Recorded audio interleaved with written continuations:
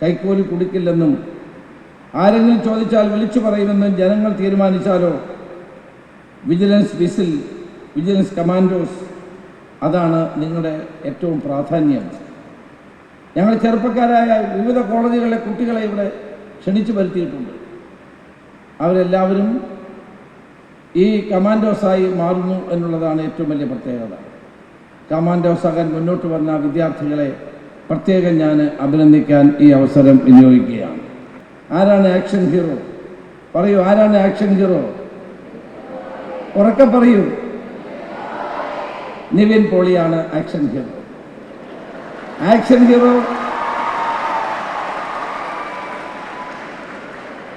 Hero Biju അടക്കമുള്ള സിനിമകളിൽ നിവിൻ പോളിയുടെ കഥാപാത്രങ്ങൾ അനീതിക്കും അഴിമതിക്കുമെതിരായിട്ടുള്ള പോരാട്ടമാണ് നടത്തുന്നത്.